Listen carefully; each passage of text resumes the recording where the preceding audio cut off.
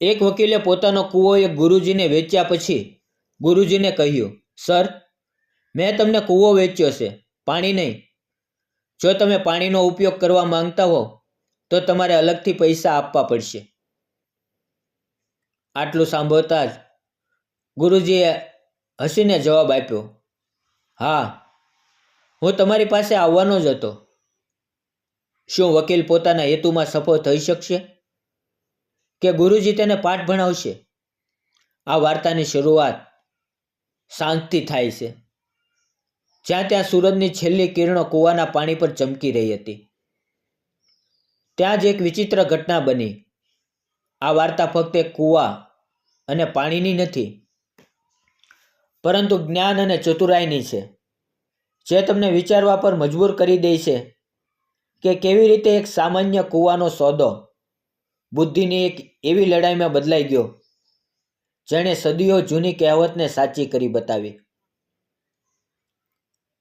ગામના પ્રતિષ્ઠિત વકીલ તેમની તીક્ષ્ણ બુદ્ધિ અને કાયદાકીય દાવપેચ માટે જાણીતા હતા. તેમની આંખોમાં હંમેશા કંઈક નવું કરવાની ચમક રહેતી હતી. એક દિવસ તેમણે પોતાના કૂવાને વેચવાનો નિર્ણય કર્યો. આ કૂવો ગામના કેન્દ્રમાં હતો અને ઉનાળામાં પાણીની અછત હોય ત્યારે સૌની તરસ છુપાવતો હતો. વકીલને લાગ્યું કે આ થોડા વધારાના પૈસા કમાવાની સારી તક છે અને તેમણે તેને ગામના સૌથી આદરણીય ગુરુજીને વેચવાનું નક્કી કર્યું. ગુરુજી તેમની સાદગી, પ્રમાણિકતા અને અપાર જ્ઞાન માટે પ્રખ્યાત હતા. તેમના ભણાવેલા ઘણા બાળકો આજે મોટા મોટા શહેરમાં નામ કમાવી રહ્યા હતા. વકીલે વિચાર્યું કે ગુરુજી માટે આ કૂવો એક સારી સંપત્તિ હશે અને સૌને નક્કી થઈ ગયું. ગુરુજીએ જરાય ખચકાટ વિના કૂવો ખરીદી લીધો, કારણ કે તેઓ જાણતા હતા કે તે ગામ માટે કેટલું મહત્વપૂર્ણ છે. પરંતુ શું આ સોદો એટલો સરળ હતો જેટલો તે લાગતો હતો? આગળ શું થવાનું હતું તેની કોઈને ખબર નહોતી. સોદો થયાને 2 દિવસ પછી વકીલ ગુરુજીના ઘરે પહોંચ્યા. તેમના ચહેરા પર એક હળવું સ્મિત હતું, પણ આંખોમાં ચાલાકી સ્પષ્ટ દેખાતી હતી. ગુરુજી તેમને જોઈને ખુશ થયા અને બેસવા માટે કહ્યું. વકીલે બેસીને પાણી પીધું અને પછી એ જ સંવાદ શરૂ થયો જે આપણે આપણી વાર્તાની શરૂઆતમાં જોયો હતો. સર, મેં તમને કૂવો તો વેચી દીધો છે, પણ તેમાં ભરેલું પાણી નહીં, પાણી મારું છે. ગુરુજીએ વકીલની વાત સાંભળીને માત્ર સ્મિત કર્યું. વકીલને લાગ્યું કે તેમનો દાવ સફળ થઈ રહ્યો છે અને તેમણે પોતાની વાત ચાલુ રાખી. શું વકીલ પોતાની આ નવી ચાલમાં સફળ થઈ શકશે કે પછી ગુરુજી પાસે તેનો કોઈ અણધાર્યો જવાબ હશે? વકીલે પોતાની વાત આગળ વધારતા કહ્યું, જો તમે આ પાણીનો ઉપયોગ કરવા માંગતા હો તો તમારે તેના માટે વધારાના પૈસા ચૂકવવા પડશે. વકીલના આ અવાજમાં આત્મવિશ્વાસ હતો, જાણે તે જાણતો હતો કે ગુરુજી તેમની વાત માની જ લેશે. ગુરુજીએ તેની વાત ધ્યાનથી સાંભળી, પણ તેમના ચહેરા પર સહેજ પણ ચિંતાની રેખા નહોતી. વકીલે વિચાર્યું, કદાચ ગુરુજીએ તેમની વાત સમજાઈ નથી. તેથી તેણે થોડો વધુ ભાર મૂકતા કહ્યું, આ કાયદેસર છે ગુરુજી. અમે ફક્ત કૂવાનો સોદો કર્યો હતો, પાણીનો નહીં.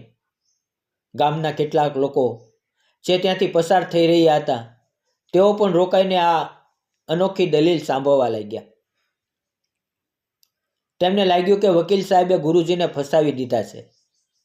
શું વકીલની આ ચાલાકી ગુરુજીને ફસાવી દેશે કે પછી જ્ઞાનનું પલડું ભારે પડશે? ગુરુજીએ વકીલની વાત પૂરી થવા દીધી અને પછી તેમણે ધીમેથી સ્મિત કર્યું. તેમના સ્મિતમાં એક વિચિત્ર શાંતિ અને આત્મવિશ્વાસ હતો, જેણે વકીલને થોડો પરેશાન કરી દીધો. વકીલને લાગ્યું કદાચ ગુરુજી તેમની વાતનો વિરોધ કરશે, પરંતુ ગુરુજીએ એક એવો જવાબ આપ્યો જેની વકીલે ક્યારેય કલ્પના પણ નહોતી કરી.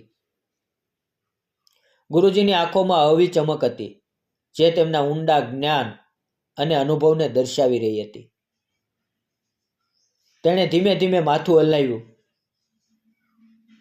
જાણે કે તે વકીલની ચાલને પહેલેથી જ સમજી ચૂક્યા હોય. ગુરુજીનું આ રહસ્યમય સ્મિત શું છુપાવી રહ્યું હતું? ગુરુજીએ શાંત સ્વરે કહ્યું, હા, હું તમારી પાસે આવવાનો જ હતો. વકીલ તેમની વાત સાંભળીને ચોંકી ગયા. તેમને સમજાતું નહોતું કે ગુરુજી કઈ બાબત વિશે વાત કરી રહ્યા છે. ગુરુજીએ પોતાની વાત ચાલુ રાખતા કહ્યું, હું તમને કહેવાનો જ હતો કે તમે તમારું પાણી મારા કૂવામાંથી કાઢી લ્યો. વકીલનો ચહેરો ઉતરી ગયો. તેમને એવી આશા નહોતી કે ગુરુજી આ રીતે પલટવાર કરશે. ગામના લોકો જે આ બધું સાંભળી રહ્યા હતા તે પણ આશ્ચર્યચકિત હતા. તેમણે લાગ્યું કે હવે વાર્તામાં કંઈક નવો વાંક આવવાનો છે. ગુરુજીના અવાજમાં હવે થોડી દ્રઢતા આવી ગઈ હતી. શું ગુરુજીનો આ જવાબ વકીલને નિરુત્તર કરી દીધો? ગુરુજીએ પોતાની વાત પૂરી કરતા કહ્યું, નહીં તો તમારે કાલથી કૂવામાં પાણી રાખવાનું ભાડું આપવું પડશે. આ જવાબ સાંભળીને વકીલના પગ નીચેથી જમીન ખસી ગઈ. તેમણે ક્યારેય વિચાર્યું જ નહોતું કે તેમની પોતાની જ ચાલ તેમના પર ભારે પડશે. ગુરુજીની વાત મક્કમતા અને બુદ્ધિમત્તા બંને હતા. જો પાણી તેમનું છે તો તેમને તે રાખવા માટે જગ્યાનું ભાડું આપવું પડશે. આ એક એવી યુક્તિ હતી જેનો વકીલ પાસે કોઈ જવાબ નહોતો. તેમના ચહેરાનો રંગ ઉડી ગયો અને તેમની ચાલાકી ભરેલી સ્માઇલ ગાયબ થઈ ગઈ. શું વકીલ આ અણધાર્યા જવાબમાંથી બહાર આવી શકશે? વાર્તામાં હવે એક નવો વાંક આવવાનો છે. આ વાત સાંભળીને વકીલ ગભરાઈ ગયા.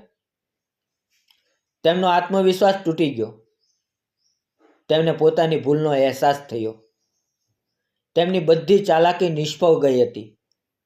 તે સમજી ગયા કે તેમણે એક એવી વ્યક્તિ સાથે ટકરાવ લીધો છે જેમનું જ્ઞાન તેમના કરતાં ઘણું ઊંડું છે. તેમણે જલ્દીથી હવે પરિસ્થિતિને સંભાળવાની કોશિશ કરી, પણ હવે બહુ મોડું થઈ ગયું હતું. તેમની કાયદાકીય ચાલ તેના પર ઊંધી પડી ગઈ હતી. ગામના લોકો જે અત્યાર સુધી શાંત ઊભા હતા તેઓ પણ ધીમે ધીમે સ્મિત કરવા લાગ્યા. તેમને ગુરુજીની બુદ્ધિમત્તા પર ગર્વ હતો. પછી ગભરાહટમાં વકીલે તરત જ કહ્યું, અરે, હું તો મજાક કરી રહ્યો હતો ગુરુજી. વકીલના અવાજમાં થોડી નબળાઈ દેખાતી હતી, જે તેમના મનની હાર દર્શાવતી હતી.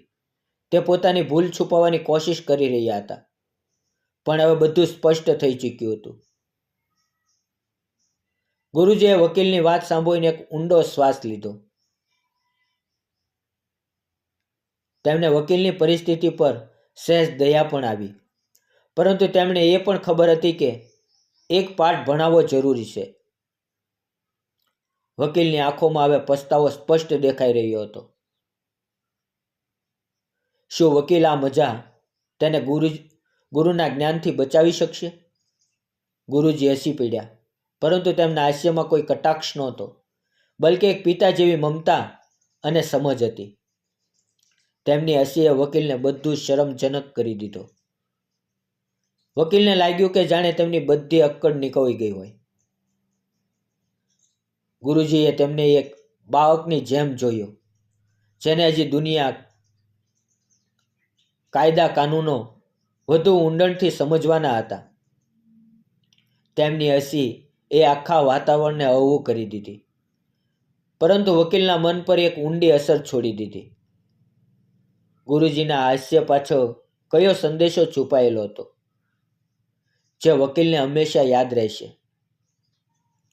ગુરુજીએ ધીમેથી વકીલના ખંભા પર હાથ મૂક્યો અને પ્રેમથી કહ્યું, બેટા, તારા જેવા કેટલાય બાળકોને મેં ભણાવીને વકીલ બનાવ્યા છે. આ વાત સાંભળીને વકીલની આંખો ભીની થઈ ગઈ. તેમને સમજાઈ ગયું કે ગુરુ અને વકીલ વચ્ચે શું ફરક હોય છે.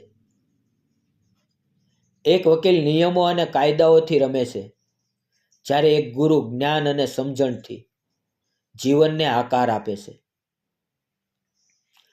આ માત્ર એક કૂવો અને પાણીની વાત નહોતી, બલકે જ્ઞાન અને અનુભવની જીત હતી.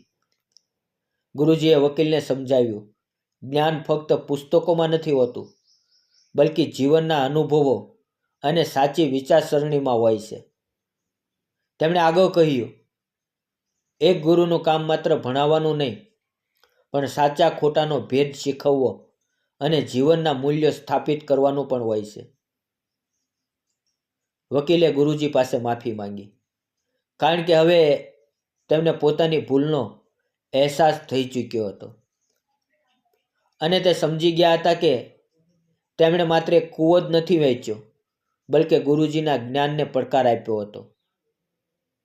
તે દિવસ પછી વકીલે ક્યારેય કોઈની સાથે આવી ચાલાકી કરવાનો પ્રયાસ કર્યો નહીં. તેમને ગુરુજી તરફથી એક મોટો પાઠ મળ્યો હતો. તેમણે શીખ્યું કે જ્ઞાનનું સન્માન કરવું કેટલું મહત્વનું છે અને જીવનમાં નમ્રતા કેટલી જરૂરી છે. તે હવે પોતાના વ્યવસાયમાં વધુ પ્રામાણિક અને નૈતિક બની ગયા હતા. આ ઘટના ગામમાં એક ઉદાહરણ બની ગઈ, જેનાથી લોકો ગુરુજી અને તેમના જ્ઞાનનું વધુ સન્માન કરવા લાગ્યા. ગુરુજીએ પોતાના વિવેકથી એ સ્પષ્ટ કરી દીધું કે જ્ઞાનના પ્રકાશમાં કોઈ અંધારું ટકી શકતું નથી. તેમની શિક્ષા ફક્ત શાળાની 4 દિવાલ સુધી સીમિત નહોતી, બલકે તે જીવનના દરેક પાસામાં લાગુ થતી હતી. આ ઘટનાએ ગુરુ અને શિષ્યના સંબંધની ઊંડાઈને પણ ઉજાગર કરી. ગુરુજીએ વકીલને માત્ર એક પાઠ જ નથી શીખવ્યો, પણ તેમની એક નવી દિશા પણ આપી. તેમણે બતાવ્યું કે સાચો ગુરુ પોતાના શિષ્યની ભૂલને માફ કરે છે, પરંતુ તેને સુધરવાની તક પણ આપી છે. આ સંબંધ માત્ર શિક્ષણનો નહીં, પરંતુ પ્રેમ, સન્માન અને વિશ્વાસનો હતો. આ વાર્તાની સૌથી મોટી શીખ, મિત્રો, એ છે કે જીવનમાં આપણે જે કંઈ પણ શીખીએ છીએ તે ફક્ત ડિગ્રી કે પૈસા માટે ન હોવું જોઈએ, પરંતુ તે આપણને એક સારા માણસ બનાવવામાં મદદ કરવું જોઈએ. ગુરુનું સ્થાન હંમેશા સર્વોચ્ચ હોય છે, કારણ કે તેઓ આપણને માત્ર ભણાવતા નથી, પણ જીવન જીવવાનો સાચો રસ્તો પણ શીખવે છે. તેમની શિક્ષા આપણને અંધારામાંથી બહાર કાઢીને પ્રકાશ તરફ લઈ જાય છે. અંતમાં આ વાર્તા એક શાશ્વત સત્યનું પુનરાવર્ત કરે છે. ગુરુ ગુરુ જ હોય છે. તેમનું જ્ઞાન, તેમની સમજ અને તેમનો અનુભવ અમૂલ્ય છે. ત્યારે હંમેશા ગુરુનું સન્માન કરો અને તેમના બતાવેલા માર્ગ પર ચાલો, કારણ કે તે જ આપણને સાચા અર્થમાં સફળતા અને શાંતિ તરફ લઈ જાય છે. તો મિત્રો, આજની વાર્તા તમને કેવી લાગી? કોમેન્ટ બોક્સમાં જરૂર જણાવજો. જો તમને વાર્તા પસંદ આવી હોય તો વિડીયોને લાઈક કરજો અને વિડીયોને વધુમાં વધુ શેર કરજો. મિત્રો, આવી જ નવી નવી રસપ્રદ વાર્તાઓ સાંભળવા માટે અમારી ચેનલને જરૂરથી સબસ્ક્રાઈબ કરજો. અને હા, બેલ આઇકન દબાવવાનું ભૂલતા નહીં, જેથી તમે અમારી કોઈ પણ વાર્તા ચૂકશો નહીં. આપણે ફરી મળશું એક નવી વાર્તામાં. ત્યાં સુધી આવજો. વિડીયો પૂરો જોવા બદલ આપ સૌ મિત્રોનો દિલથી ધન્યવાદ.